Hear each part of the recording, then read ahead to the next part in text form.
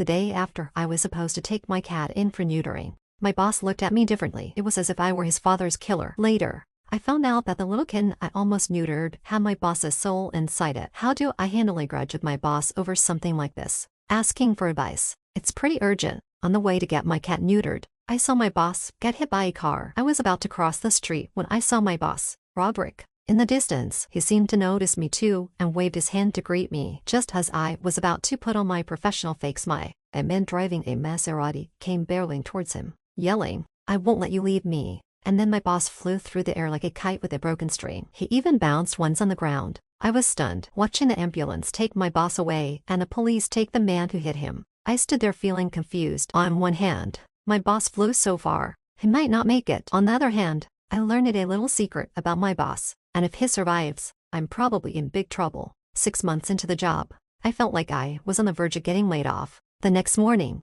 I sat at my desk with a worried look. Nicolette from the next cubicle noticed my size and came over to gossip. "What's up? Did you break up with someone?" I said, "No such luck." "Nicolette, you're more concerned about my love life than my parents are." Nicolette got annoyed, angrily flipping her hair at my face. When I didn't respond, she plopped down next to me and, glancing around to make sure no one was listening, said, "Did you hear? The boss had a car accident." I nodded. Not only did I know, but I was also an eyewitness. I sighed deeply. "I wonder how he's doing now. Is it serious?"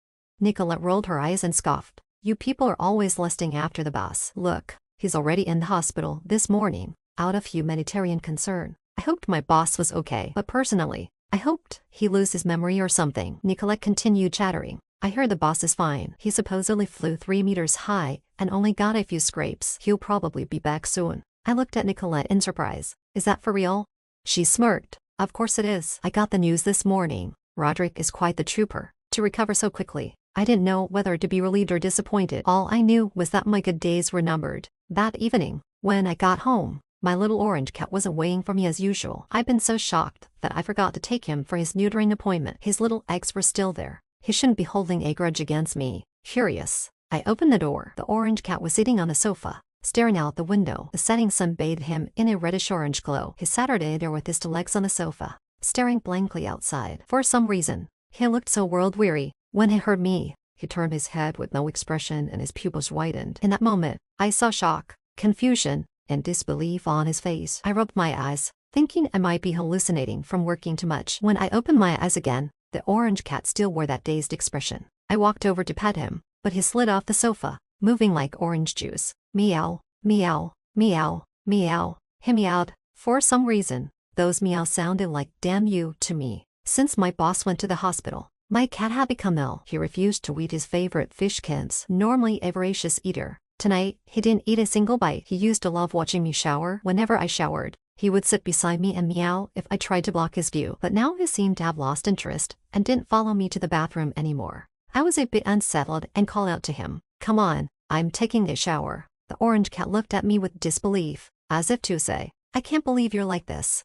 At night, he also stopped cuddling with me while I slept. He used to insist on cuddling every night, but now he just sat on the balcony, staring at the stars past 11 o'clock. "What's going on?" I couldn't figure it out. Was he scared by the accident? I knocked on the balcony door, calling, "Paige, come back, Paige." The orange cat looked at me with no expression. I saw a hint of disdain in his eyes. "No way, this can't be my Paige." On the 3rd day after the accident, Roderick had already completely recovered and was back at work. I couldn't help but marvel at his resilience, being hit by a car and flying 3 meters high. And he was back at work so soon. Capitalists not only exploit others, but also themselves even more. As Nicolette and I were gossiping, Roderick came out of his office, talking on the phone. He had long legs, a narrow waist, and a smooth oval face. His fox-like eyes behind golden glasses were mesmerizing. The girls around were secretly watching him. As he walked by my desk, he suddenly stopped. He covered his phone and said to me, "Come to my office." The day had come. I looked at him in fear, thinking he was about to fire me. Nicolette, standing next to me, looked thrilled as if she had just spotted fresh dog poop on the street, her eyes wide with excitement. I rolled my eyes at her and followed Roderick into his office. Roderick sat in his leather chair, leaning on his desk with his elbows, his head bowed. He hadn't used hair wax today, and his black, messy hair fell over his forehead, giving him a vulnerable beauty. I sat across from him, nervously waiting for instructions. What should I do if I know the boss likes men? Help, I need advice. Roderick was silent for a while, seemingly organizing his thoughts. Maybe he felt awkward, since his subordinate had discovered his sexual orientation and didn't know how to broach it. I decided to take the initiative. Roderick, I won't tell anyone about your preference for men. Roderick looked confused. It was the first time I'd seen his fox eyes so wide, almost like almond eyes. He stared at me blankly. What are you talking about? I wanted to slap myself. Roderick frowned. I don't like men. Apparently, he didn't want to come out of the closet. I quickly nodded. Right. You don't like men. I get it. Roderick looked at me, speechlessly inside. You've been leaving work early lately. No wonder he makes so much money. Even a low-level employee like me leaving work early caught his attention. I mentally cursed him, but explained. I only leave after punching out at 5. He nodded. There was a moment of silence in the office. I looked at him in confusion, not understanding why he called me in. After a while, Roderick sighed deeply. Looking very tired, he covered his face with one hand and waved the other. You can go. I was completely bewildered as I left his office and returned to my desk, avoiding Nicolette's eager face. I privately speculated that Roderick might be subtly warning me not to spread rumors about his sexual orientation. I felt a surge of self-praise for my astuteness. When I got home, Paige wasn't there to greet me again. I looked at the sofa. Sure enough, he was in the same spot with the same expression. I looked at his weary face and couldn't help but sigh. My Paige has grown up and has worries. I quickly ran over and grabbed him, burying my face in his belly and inhaling deeply. Ah, so soothing. Paige looked at me blankly. I leaned in to give him a kiss, but he quickly put a paw over my mouth. There. I turned away. Don't push me with your paw that just buried your poop. Paige struggled angrily, and seeing that I couldn't hold him, I had to throw him back onto the sofa. What's going on? My Paige has always been so gentle, never resisting no matter how I rub him. Why is he so different these days? Paige jumped onto the sofa, turning his back to me. I noticed his round, furry cat balls peeking out from behind and realized he must be in heat, which is why he is so irritable. While he wasn't looking, I gently reached out and patted his balls. Paige, Mommy will take you for neutering tomorrow. The next day, I went to ask my supervisor for leave. I didn't mention taking my cat for neutering, but came up with a stomachache excuse. Banyan, being a kind person, agreed right away. Is it serious? No need to go through the procedure. It's fine, just go. I was a bit touched. Banyan is a great guy, with no flaws, except for his thinning hair. I packed up to leave quietly, but just as I was about to stand up, a shadow fell over me. I looked up. Roderick stood in front of my desk with a black face, looking like a grim reaper. Roderick, do you have any instructions? I was a bit scared. What are you going to do? His voice had an undertone of grinding teeth. Oh no, the boss caught me skipping work. I stammered. I'm just tidying up my desk. I don't know if it's just my imagination, but I could have sworn I saw a hint of a sinister smile on Roderick's face. Really? Leaving early without notice will cost you your attendance bonus, he said. I nodded, quickly put everything back where it belonged, and picked up a cloth to pretend to clean the table. Roderick gave me a look, sneered, and walked away. Nicolette leaned in with curiosity and asked, What's going on? Did you offend the boss? I looked at her in despair. I knew it. I discovered the boss's secret, and now I'm going to be punished. After flaking out on the vet for the second time, I arrived home, exhausted. I kicked off my shoes and, familiar with the routine, walked straight to the sofa, pressed Paige's paw, and buried my face in its furry little belly. Paige, Mommy might lose her job. You might not get to eat so many kinds of cat food anymore. Paige looked stunned for a moment, then started wriggling wildly. But it was just a weak little kitten. I held its tiny, flailing paws and snuggled it close. What should I do? After cuddling with the cat, I lay on the sofa with a vacant look in my eyes. The company is great, with high benefits, good pay, and no overtime on weekends. I was lucky to get in, but now the top boss has it out for me. Will there be any good days ahead? I stared at the ceiling, feeling that I had to take control of my own fate. I can't be this passive. I need to send out resumes.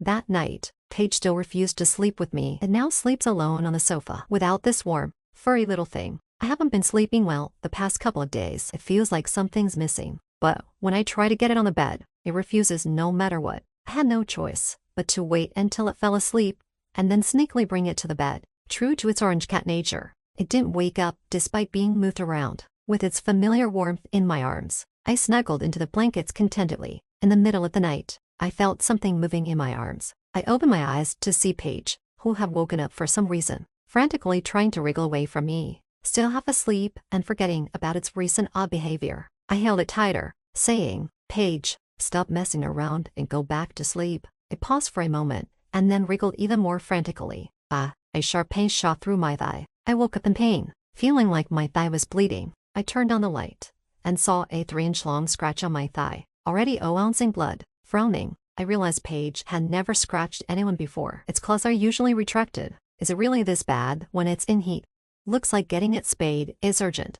I looked at Paige, which was now standing at the foot of the bed with a blank expression, staring intently at my thigh. I disinfected the wound with alcohol and rinsed it with water until it barely stopped bleeding. When I got back into bed, Paige was sitting on the pillow, watching me. Its round, chubby face seemed to show a hint of guilt. Seeing me sit down, it hesitated for a moment, then walked over and nudged my arm with its head. Its soft little head rested gently on my arm, and I felt my heart melt. Never mind, it's not Paige's fault. It's just a little kitten in heat. What can it do wrong? The real problem is those 2 testicles. I squinted at the testicles behind Paige, which seemed to be feeling guilty. Looks like I can't let you to stay. Paige, unaware of the impending danger, finally stopped struggling when I held it again. It seemed to let out a low sigh, as if resigned to the harshness of life. I comforted it, saying, Paige, it's okay. It's not your fault. Once mommy gets you spayed, you'll be fine. Then you'll become that sweet, well-behaved little Paige. Okay. I rubbed its little nose. Paige turned its head to look at me. That look seemed to hold 1,000 words, yet said nothing at all. I didn't pay much attention and continued to comfort it. I was going to take you today, but that stupid boss wouldn't let me leave this Saturday. I'll take you to get those testicles removed. Are you happy? You're going to go from being a little male kitten to a little neutered kitty soon. The next day at work, Roderick walked back and forth in front of me 3 times before finally entering his office. Nicolette quietly poked me, saying, Hey, look at how much Roderick is paying attention to you now. You're so lucky. I rolled my eyes. Want this luck for yourself? She sheepishly backed away. I kept feeling like Roderick's gaze was filled with anger and maybe a bit of panic. What could he be panicking about? Afraid I'll spread his scandalous news around the office. I'm not Nicolette. After a while, Anion came out of the office looking pleased and stood right in front of me, excitedly saying, Our proposal was approved. Approval meant a bonus, so I was pretty happy too. Roderick wants you to come in on Saturday to report on your work, Anion said, winking at me, as if his face was twitching. Young people, seize the opportunity. My expression changed. What opportunity? Can you be clear? Why does everything have to be discussed on a Saturday? Can't it be done during work hours? Roderick's trying to make my life difficult, and now he's not even taking a break himself. Is this really necessary? Damn, this is unbearable. After flicking out on the vet for the 3rd time, the vet office politely said it couldn't take me on for the time being. I've been blacklisted by the vet. All this is Roderick's fault. So what if I accidentally found out he likes men? What's the big deal? It's 2024, and people are still so narrow-minded. He's got a mind as small as a pinhead. I held Paige and vented my frustrations. This damn stupid boss is ruining my life. Paige, you won't get your testicles removed, and you're going to suffer because of it. What's so wrong with liking men? Does it matter that much? If he's got a problem, he shouldn't be looking for men. I held Paige's struggling paws and patted its furry little testicles hard. You're safe for now. Paige tried to kick me, but ended up pressing its paw against my chest. I could feel its soft little paw making a small indent on my chest. Paige stared blankly at its paw. After a moment, it seemed shocked and jumped up as if it had been electrocuted, leaping half a meter high. I was amazed, not realizing cats could jump so high. Paige stood there with its big eyes wide open, staring directly at my chest. I even thought it looked a bit embarrassed.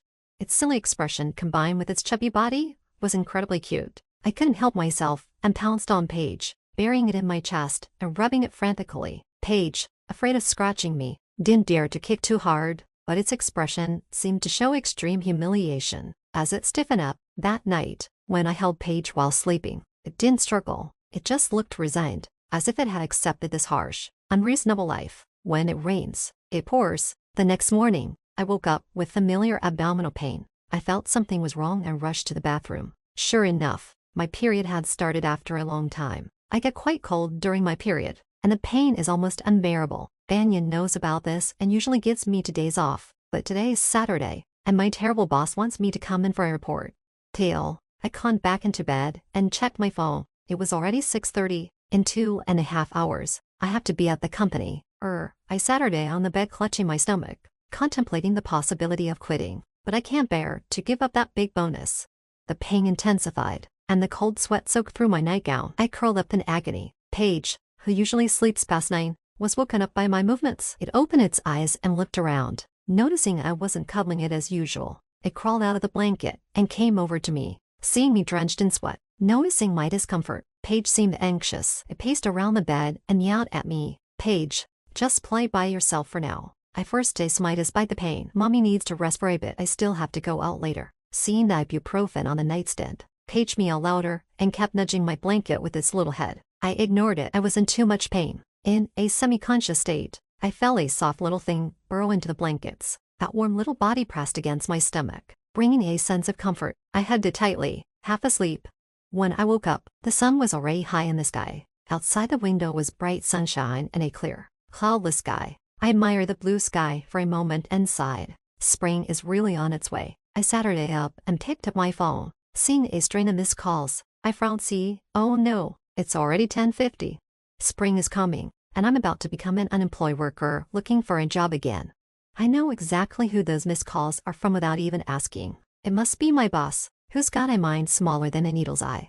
What should I do? Despairing, I stared at the phone screen, took a deep breath, and dialed back with trembling fingers. Beep beep beep. My heart started racing. I've left my boss hanging. Roderick might be worrying about how to fire me. I've given him a perfect excuse.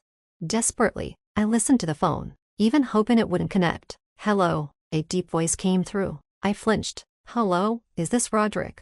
There was a brief silence on that other end. Ella. Yes, I said with a pained expression. Roderick, I'm so sorry. He interrupted me. Oh, I called to let you know that I had a scheduling conflict, so today's report is cancelled. I looked up in surprise. Cancelled? Yes. He paused before continuing. I have something on Monday as well, so don't come in, just report on Tuesday instead. But you need to stay on standby and not go far. I nodded repeatedly. All right. Do you have any further instructions, Roderick? There was silence on the other end for a moment. How are you doing? His tone sounded a bit off. Nothing. With that, he hung up. I was left listening to the dial tone, still a bit in disbelief. Was this for real? Did he really want me to never come back? Or was Roderick just too busy with his boyfriend to deal with me? I suddenly found myself with an unexpected extra day off. The painkillers had started to kick in, and my stomach felt much better. I happily pulled back the covers to find Paige still snoozing, its little belly rising and falling with soft purring. I gently tapped it. Time for breakfast. Paige instantly woke up, blinking its round eyes and meowing as it stretched and rubbed against me. Seeing the familiar sight of Paige made me feel a bit relieved. It looked like the heat was over. Paige's appetite had been off these past few nights, only drinking water and avoiding food. I thought it might be sick, but during the day, it was still eating like a little excavator, finishing 2 cans of food in no time. Maybe it was just feeling a bit down at night. Paige and I lounged in bed all day and only got up in the evening. Since my stomach was feeling better, I decided to work on my report. As I stood up and walked to my desk, Paige tried to pull me back to bed by clutching my skirt with its paw. I figured it wanted me to rest a little longer. I picked it up and gave it a few kisses. Mommy needs to work to make money. Otherwise, how will you get your cans of food? Seeing that my persuasion didn't work, Paige jumped onto my lap and snuggled up, pressing its body against my stomach. I stroked Paige affectionately and opened my computer. I wanted Roderick to see my talents and realize he couldn't bear to let me go. My enthusiasm lasted until I opened the proposal file. Seeing thousands of words on the screen made me frown. Maybe I should start working in 5 more minutes. I stared at the computer, my mind drifting. The guy who crashed into Roderick the other day wasn't bad looking either, but he still seemed a bit unworthy of Roderick. The way he looked so angry and resentful, it was truly unsettling. What kind of love-hate drama was going on between them that it escalated to a public fight? Did Roderick abandon him? I patted Paige's rear and muttered to myself, Paige, what do you think the relationship between Roderick and that guy is? No relation, Paige replied, sounding a bit annoyed. I was skeptical. Really? I don't believe it. Paige didn't answer, and the room fell into a stifling silence. I looked down at Paige, and it slowly looked up at me. After a moment, I began to shiver all over. Suddenly, I jumped up. Oh my God, the cat spoke. I leaped 3 feet in that air, my eyes wide as saucers. Paige looked at me blankly for a moment, then thought for a while before meowing, but it was a plain meow with no inflection. It looked at me as if to say that everything that just happened was just a figment of my imagination. I pointed at it angrily. Are you trying to make me look like a fool? There's a camera over there. Do I need to check it again? Paige turned to look and, indeed, saw the camera. It seemed surprised and stood there for a moment, its paws in front of its chest. Deep in thought, its furry face showed no expression, but I could clearly see its inner turmoil. We stared at each other for 10 minutes before I decided to check the footage. Seeing this, Cage got anxious. Desperately, it spoke up. Okay, I admit it. I've turned into a spirit. I turned to look at it, expressionless. Actually, the camera's been out of battery for a while. Damn it, I heard it mutter. Cats shouldn't use bad language.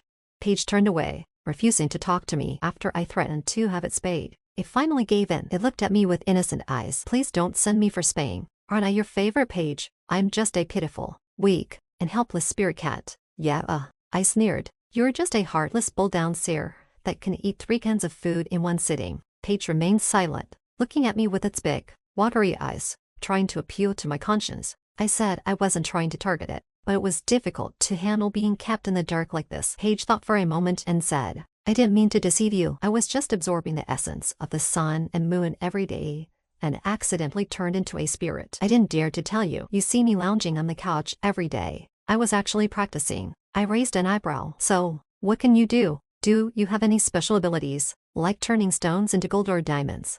Paige looked at me with a hint of disdain. If I could, would I be here eating your soft food? I can only control my intelligence from. It thought for a moment and gave me a very specific time, from 8 p.m. to 8 a.m. I summarized. So you're saying you're a newly turned spirit with no abilities, just a poor cat who can only eat soft food. Paige sat her day up straight and said, correct. Well, if that's the case, we'll just continue as before. I won't send you for spaying, and I'll continue to take care of you every day. Okay. I'm glad you think so. It's great that you feel that way, it said happily. I smiled. All right, Roderick. Thank you for your understanding and support of this plan. Paige nodded. Of course. The room was eerily quiet, except for the sound of Paige's heart beating. It slowly turned its head to look at me, and I could almost hear its neck creaking. A nervous voice came from its throat. What did you just say? What, Roderick? I don't know. Honestly, I wasn't sure if Paige was Roderick. I just thought it was too coincidental that Roderick kept blocking me from spaying Paige. Seriously, I couldn't understand how a big company CEO could be so naive to get fooled twice. Must have come through the back door. I looked at Paige, who was now regretfully covering its face with its paws, and decided to have an honest conversation with him. He tried to resist, but I quickly put him in his place. Since you're not Roderick, let's go ahead with the spaying. Anyway, I don't plan to find you a mate, so those 2 eggs are useless. I pulled out my phone to call the vet. Before I could dial, Paige jumped down and came over to me, furious. All right, I'm Roderick. Okay, Ella, I'm really done with you. Can you just keep it to yourself? If you keep embarrassing the boss, I'll fire you tomorrow. I forced a malicious smile. Good. I've always thought there wasn't enough time to get you spayed. At this moment, Roderick finally realized the profound question of whether prior his eggs were more important. He swallowed his pride and, for the sake of his eggs, promised to promote and give me a raise once he recovered. I smirked. I believed him. I was just pretending. That night, as I was going to bed, Roderick nimbly jumped onto the bed. His chubby body seemed so light. He walked over with an elegant cat stride, sticking his rear in the air and trying to burrow into the covers. I yanked him out. What are you doing? Go sleep in your cat bed. He was held up by the scruff of his neck, reaching out his front paws to push me away. Let me go. Didn't you always want to snuggle with me? I threw him on the floor. You're not a cute kitty anymore. You're a smelly man now. Get lost. Smelly man. Roderick awkwardly turned in midair and landed with his chin. He wasn't angry and shook his head, looking at me with his big round eyes, tilting his head cutely. I'm still a cute kitty. Meow. So disgusting. I kicked him out and slammed the door. After kicking Roderick out, I couldn't help but admire myself. Ella, you're amazing. Yesterday, I was so deferential to the boss, and today, I'm confronting him head-on. But seriously, Roderick's image in my mind was always quite grand, handsome, capable, was the epitome of a life winner. But seeing him like this today, if he hadn't exposed himself, I really wouldn't have believed he was Roderick. Threatening the boss with spaying, whoa, that's a real power move. Roderick, having learned to scratch at the door on his own, was making a squeak sound outside. Let me in. How can you leave a little kitty out in this cold weather? I responded coldly. How about you go sleep at the vets? There was silence for a moment before Roderick's sorrowful voice came through the door. Ella, how can you say such cold words with a 37-degree mouth? Roderick said that after being hit, he turns into Paige every night at precisely 8 p.m. He could feel Paige's soul sleeping in his body, and once it leaves, it takes over. I now think that living together in one small body every day Roderick is gradually becoming more cat-like. I wrapped myself in the blanket and sighed. Life is so unpredictable. When I ran into Roderick in the cafeteria, he was standing in front of the salmon window. The food server looked a bit puzzled, since Roderick usually didn't like fish. Roderick stood at the window, his eyes showing a bit of longing for the salmon. The server, understanding, said, "Roderick, this was just delivered this morning and is very fresh. Would you like to try some?" Roderick hesitated for a moment, but couldn't resist extending his plate. Half some. I couldn't help but chuckle a little on the side, and it seemed like he felt I was making fun of him, as he suddenly whipped his head around. His expression was a complex mix of vengeful intent and fear of going to the vet. Nicolette whispered, "What did you do to Roderick? He seems to have mixed feelings about you. Are you playing out some dumb SEO false for me drama or something?" I muttered one word, scram. "Nicolette, you should stop reading those silly novels, or you won't find a date." Nicolette rolled her eyes at me and sat her day down. Not far away, Roderick had already finished getting his food. I saw him scanning the large cafeteria as if looking for someone. Nicolette stretched her neck like a turtle from my mom's house and poked me with her chopsticks, excitedly saying, "Hey, Roderick's looking for you."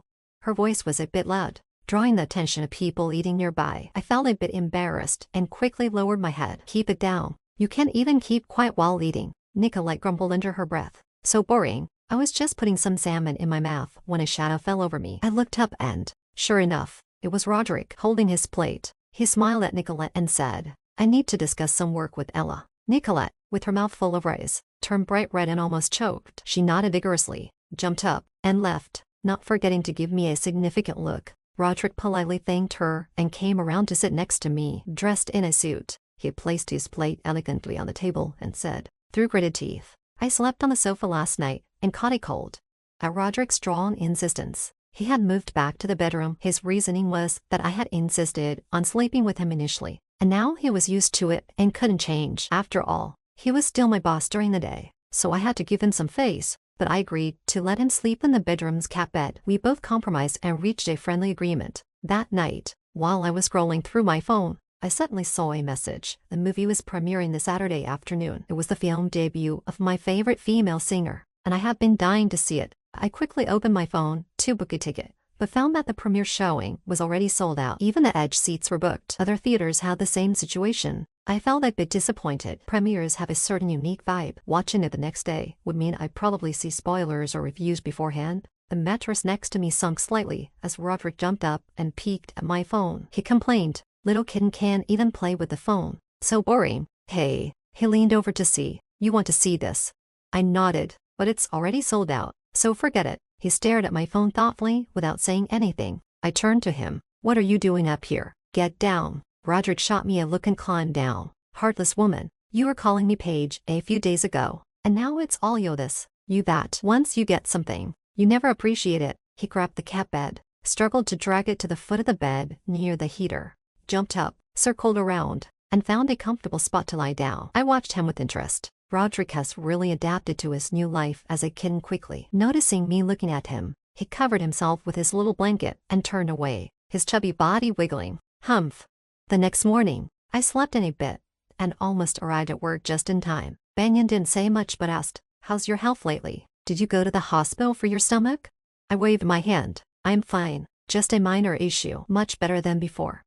Young people don't know how to take care of themselves. When you're older, you'll regret it. You should take advantage of your youth. Ding-a-ling-ling. My internal phone rang. Banyan said, "Enter the phone first," and walked away with his hands behind his back. I answered, "Hello." A familiar voice came through. First, I don't go by hello. I go by Roderick. Second, I covered my face. Roderick seemed to be increasingly out of control lately. I wondered if he was so repressed all the time that he had developed a split personality. "Roderick," I interrupted his performance. "Do you need something?" Roderick, clearly a bit annoyed, snapped, "Come to my office." He hung up the phone. Great. That's my second phone call hung up on. Just what I needed for settling debts. I walked into the office under the curious gazes of others. Recently, due to Roderick's unusual attention, rumors about us had started circulating in the company. Without asking, I knew Nicolette's big mouth was involved. I pushed open the office door. "Roderick, what can I do for you?" Roderick tossed a proposal at me. "This is from Banyan. What do you think?" Banyan is my supervisor, so technically I shouldn't see his work without permission. But since the boss asked, I couldn't refuse. I picked it up and looked through it, politely saying, I think Banyan's proposal is very good, innovative, and practical. Roderick scoffed. That's all just cliches. If you know it's cliches, why ask me? I placed the proposal on the desk and stared at him with a blank expression. Roderick seemed a bit uneasy under my gaze. He cleared his throat and pointed to the cup in front of him. I'm thirsty. Make me a cup of coffee. Isn't that the secretary's job? Doesn't your secretary, Xiao Zhang, get you water? I glanced at the cup, then at my watch, and then at Roderick without looking directly at him. With a sigh, I got up to make coffee. I didn't ask what kind of beans he wanted, and just grabbed a random box to grind. I'm not a big coffee drinker myself, so I don't really know much about it. I brewed it simply, didn't add milk or sugar, and handed it to Roderick. Be careful. Roderick didn't hesitate, taking a sip immediately. His face went through a dramatic change of expressions. Hot. I swallowed my words. Roderick's face turned red and blue as he forced down the hot and bitter coffee, hissing as he took a breath. Not bad. Brewed well. He slammed the cup on the desk, and I saw his hand gripping the armrest of the chair turn white from the tension. He took a moment to recover, and pulled out a small piece of paper from the drawer, tossing it to me. Here, this ticket is for you. I picked it up, and saw it was for the 5 p.m. showing on Saturday. I was a bit surprised and looked up at Roderick. His face started to turn red. Roderick picked up the coffee cup to cover his face. Don't be too touched. It just so happens that someone gave it to me, and I don't like this sort of thing, so you can have it. I was moved and held the movie ticket tightly. Thank you, Roderick. Roderick mumbled. Why thank you, Roderick? It's not sincere. You should say thank you, Roderick. I smiled, with a hint of warmth in my tone that I didn't even realize. Thank you, Roderick. How cheesy. Just go. Go already. Roderick turned his head away and refused to look at me. I noticed his neck, constrained by his tie, was faintly red, and I couldn't help but laugh. Well, I'll head out now. Roderick waved his hand without saying anything. As soon as I closed the office door, Roderick jumped up, went to the water cooler, and downed a large glass of cold water. Damn it, he said, fanning himself with his mouth open. That was so hot.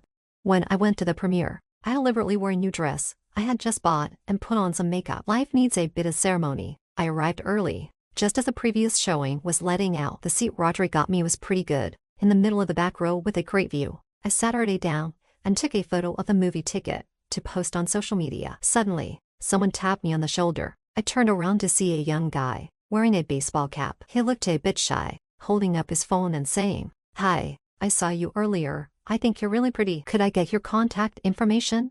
As I was about to decline, a familiar voice came from behind me. No, she can't. She already has a boyfriend. Roderick appeared, stuffing a large bucket of popcorn into my arms and placing a Coke on my right side. I could smell a subtle, elegant fragrance. This show-off must have used perfume. After completing his little routine, Roderick looked at the guy with a challenging gaze. The guy, looking embarrassed, muttered an apology and ran off. I looked at Roderick, busy with his tasks, and couldn't help but ask, "Why are you here?"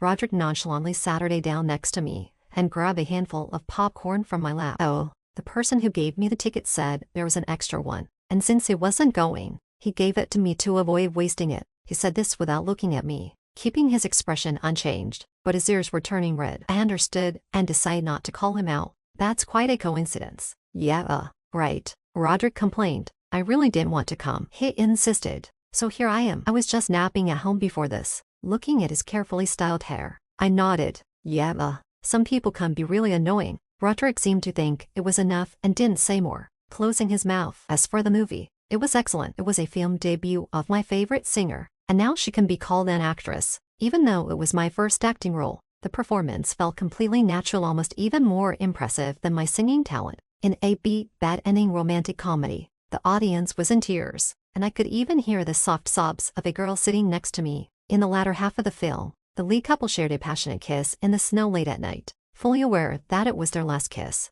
making it all the more intense. I heard Roderick next to me swallow.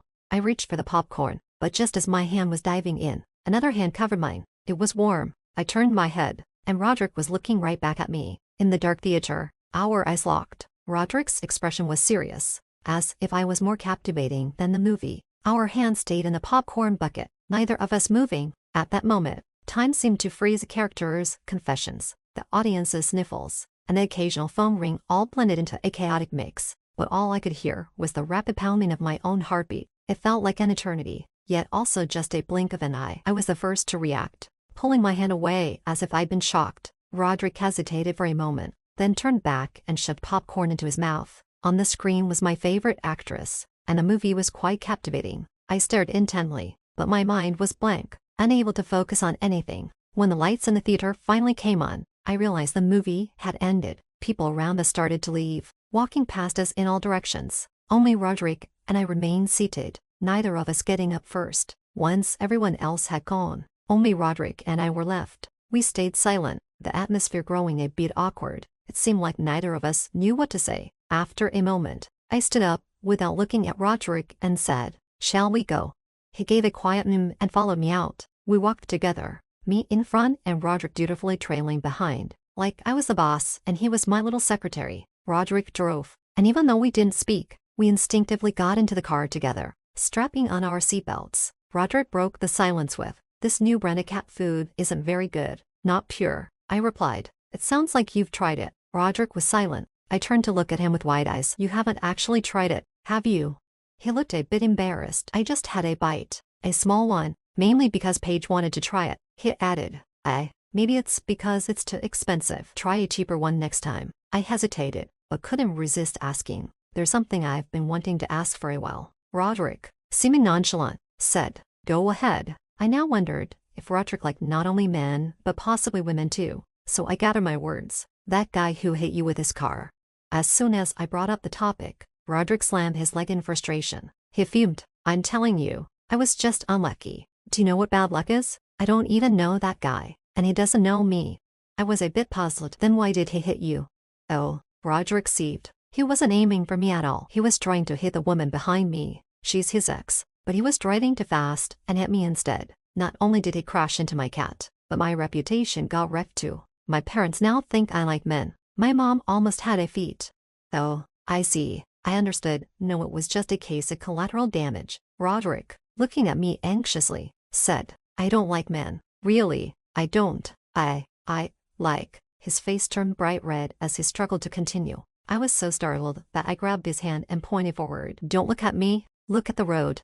On the way back, it started raining. By the time we got home, the rain had gotten heavy, and the wipers were struggling to keep up. Since I don't have a car, I didn't rent a parking spot when I rented my place. Roderick parked in front of the building. "You get out first, and I'll find a place to park." I felt a bit awkward. "It's okay. I'll go with you." "I'm not in a hurry." Roderick nodded but didn't drive off. The air suddenly felt thick and tense. We Saturday quietly in the car. Jazz saxophone music flowed through the rainy night, with raindrops hitting the windshield and quickly being wiped away by the wipers. The neon lights in the distance appeared as blurred shadows through the mist. In the confined space, the sounds of the music, rain, wipers, and our heartbeats intertwined. Even though the temperature was cool, my face slowly started to heat up, and I broke into a light sweat on my back. I turned to look at Roderick. He was intently staring at the steering wheel, his gaze fixed as if the steering wheel had bloomed into a flower. I was struggling to hold back, unfastened my seatbelt, and said, I'm going inside."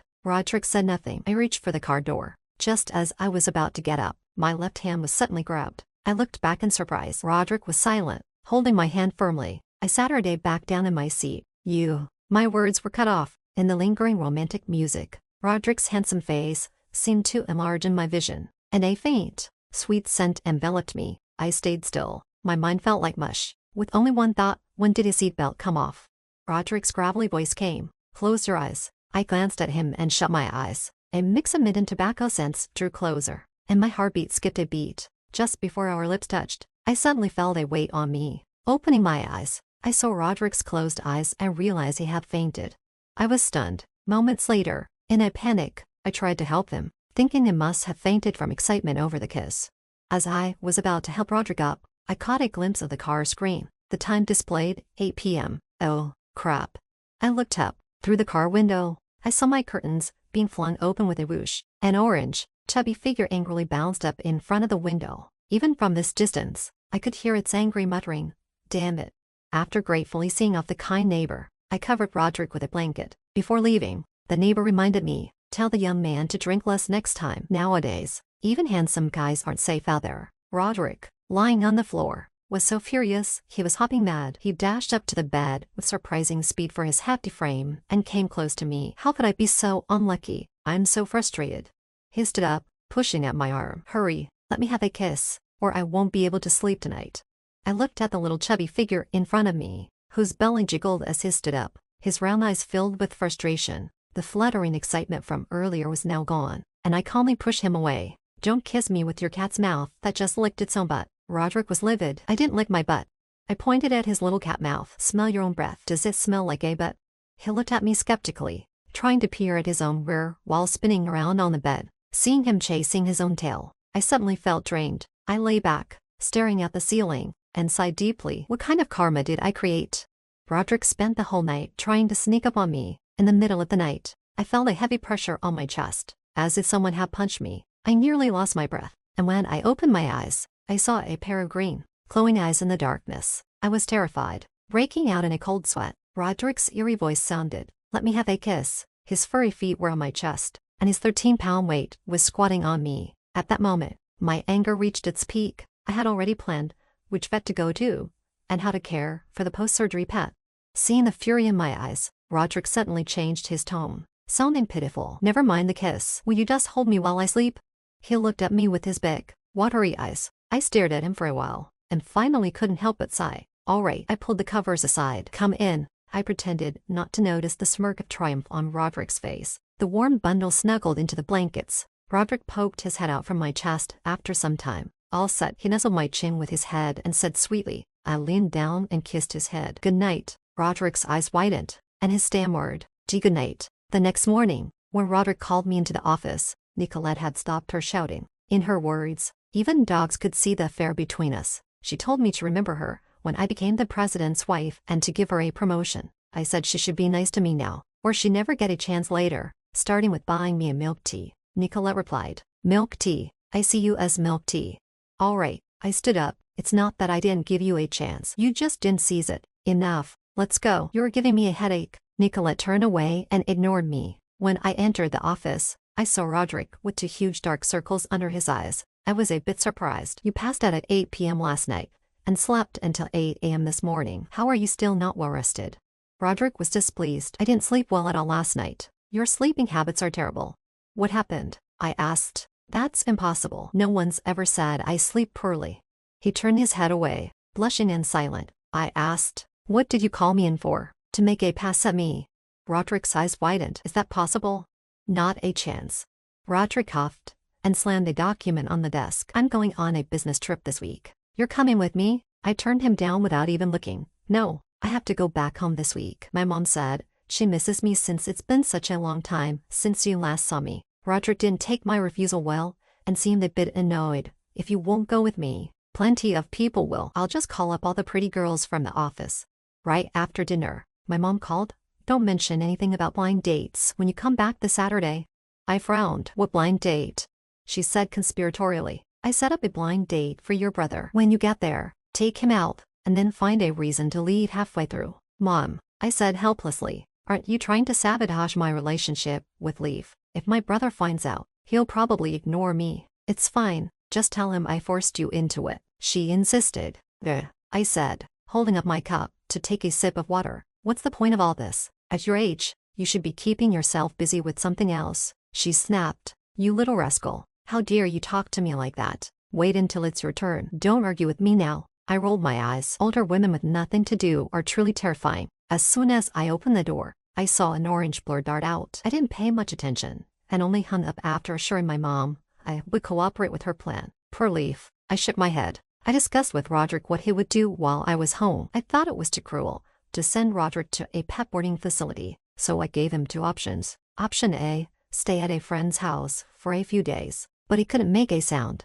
or he'd be sent to the vet. Option B, I will leave food and water for him, and he'd stay home for a few days. Roderick chose option C. He wanted to come home with me. I said, "No way. You're dreaming. Trains don't allow pets." Roderick wasn't happy. "You can fly me back with you." "No, that's too risky. What if something happens?" I shook my head. Seeing I was firm, Roderick reluctantly agreed to stay home by himself. I patted his head. "Be good. I'll bring you some special dried fish when I get back." Roderick fixed me with a dangerous look. "Ella, what exactly are you going back home for?"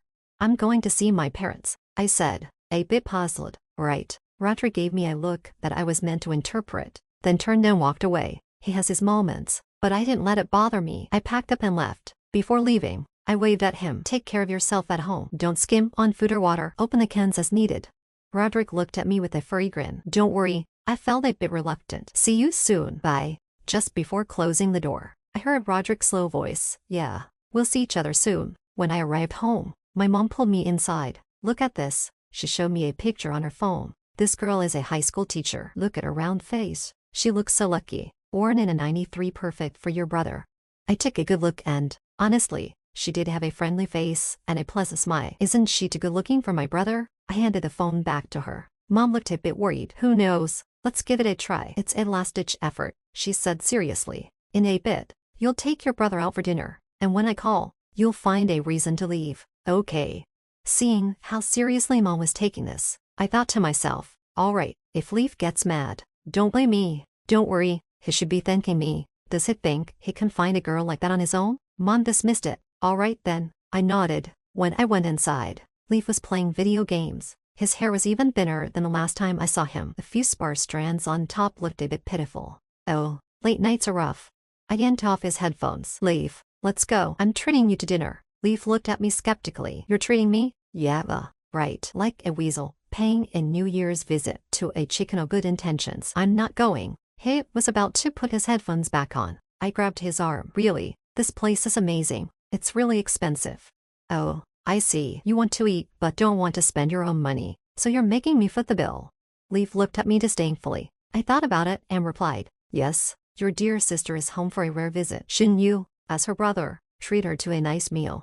Mom chimed in. Yeah, she hasn't been home for 2 weeks. You, as her brother, should treat her to something nice. Don't be so stingy. Go on. Leaf looked at Mom, then at me. Alright, his side. I guess I'm the big sucker. Let's go. I rolled my eyes. Mom actually picked a pretty nice place. It had a lot of character. I glanced at the menu and was stunned by the prices. This was definitely a splurge. Leaf's face turned green and his voice started trembling. Let's keep it reasonable. Ella, it's not easy earning money at work. I ignored him. Where was Mom's call? I'd had 3 glasses of water, and if I didn't order soon, the waiter might get annoyed. Just as I was considering ordering some dessert to wrap things up quickly, I caught a familiar figure out of the corner of my eye. Roderick.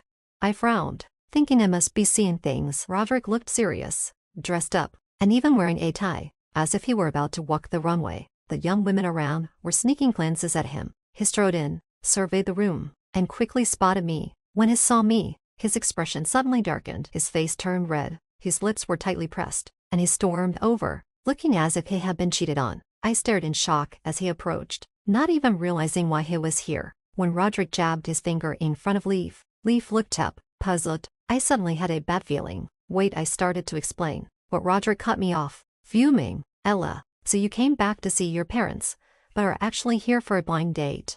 He sneered at Leaf's thinning hair and said, what, is this bald guy better than me, or do you just like bald men? My mouth fell open. Oh no.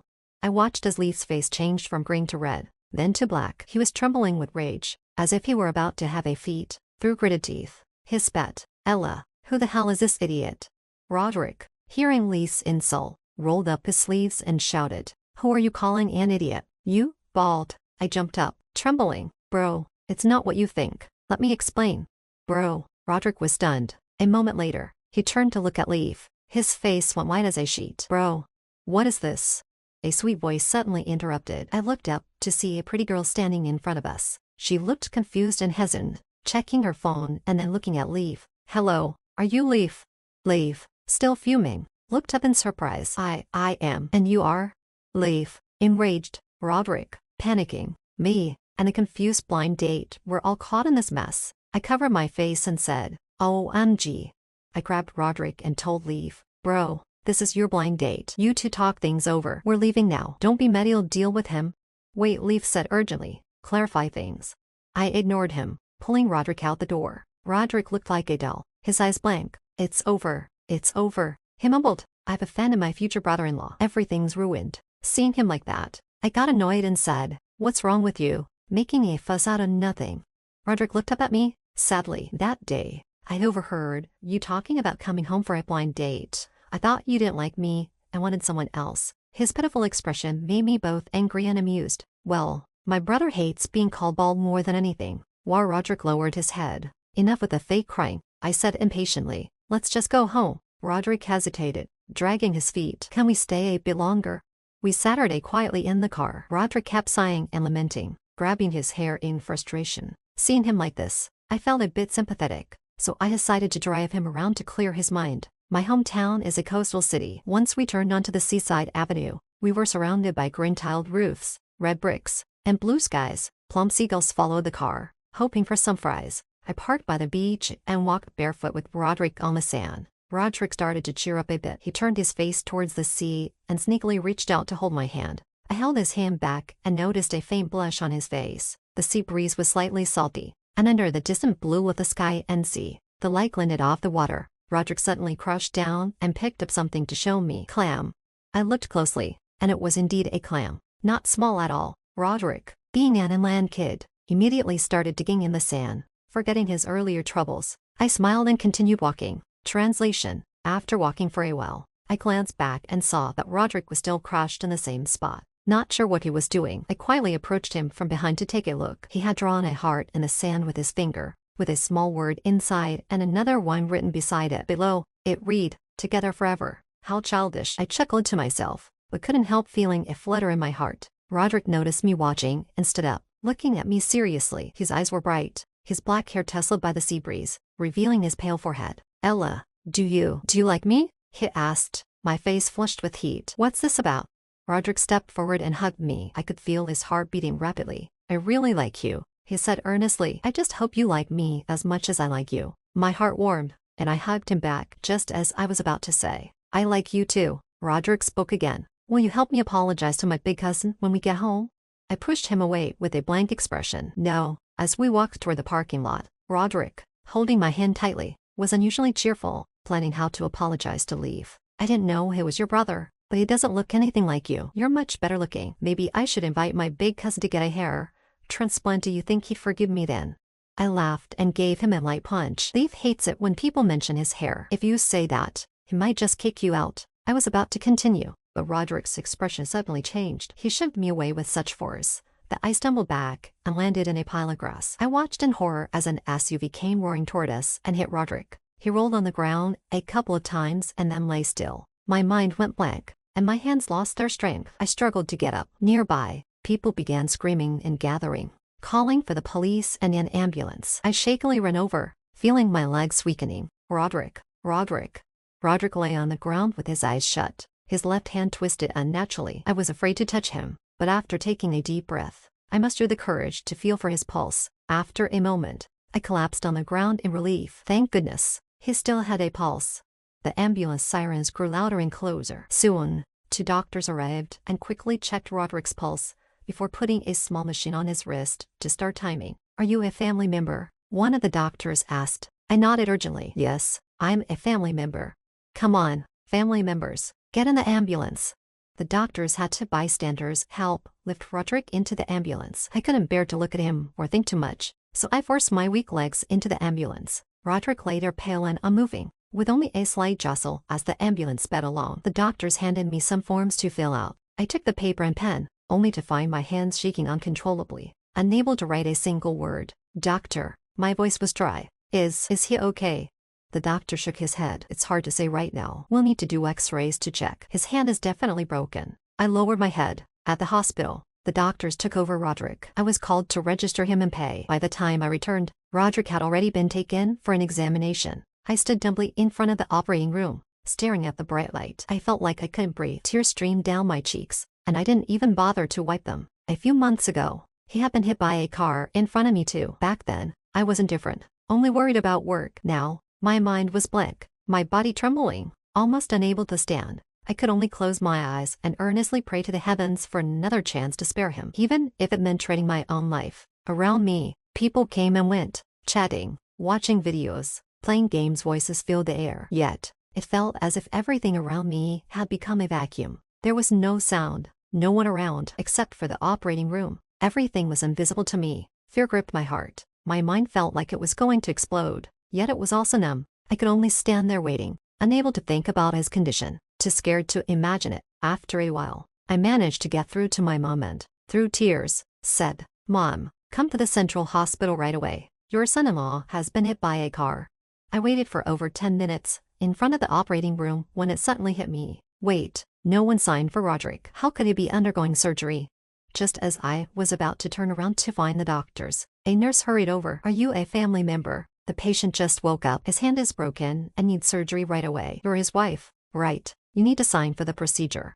I quickly followed the nurse. As soon as I entered, Roderick was lying on the bed, looking weak and barely conscious. Tears streamed down my face immediately. How are you? Roderick half opened his eyes, weakly saying, if I don't make it, you need to find someone who will take good care of you. Forget about me. With that, he weakly closed his eyes again. My heart skipped a beat. I tightly held his uninjured hand, choking on my words. No, you're going to be okay. Roderick opened his eyes again and said, try not to forget me. In the future, if you get married, you can bring your husband and kids to see me. That would make me content. Then he closed his eyes once more. I cried out, I don't want anyone but you. Roderick opened his eyes again. Really? Now I was starting to feel something was off. I supported myself on the edge of the bed and frowned at him. Are you really okay? His eyes crinkled into a smile. I was hurt, but since you don't want anyone else, what will you do if I die? I was about to respond when the curtain in the room was suddenly pulled aside, and a gray-haired doctor looked at me, hesitating. Miss, your partner is fine. The examination showed no internal bleeding, no fractures, and no brain issues, just a broken left hand that needs immediate surgery. We'll need to keep monitoring him, so let us know if he feels nauseous or unwell. The doctor shot a complex look at Roderick. My face turned bright red. Oh my God, there are still people in the room. How embarrassing. I felt so awkward, I wanted to dig a hole in the ground with my toes. Roderick, however, seemed unconcerned and looked at me seriously. Ella, I feel the same way. I looked at him in confusion. What? Roderick smiled. I don't want anyone else but you. Epilogue apology incident. I watched as Roderick Saturday in front of Leaf, crying and pleading. Big cousin, I'm sorry. I didn't recognize you as my big cousin. Please don't hold it against me.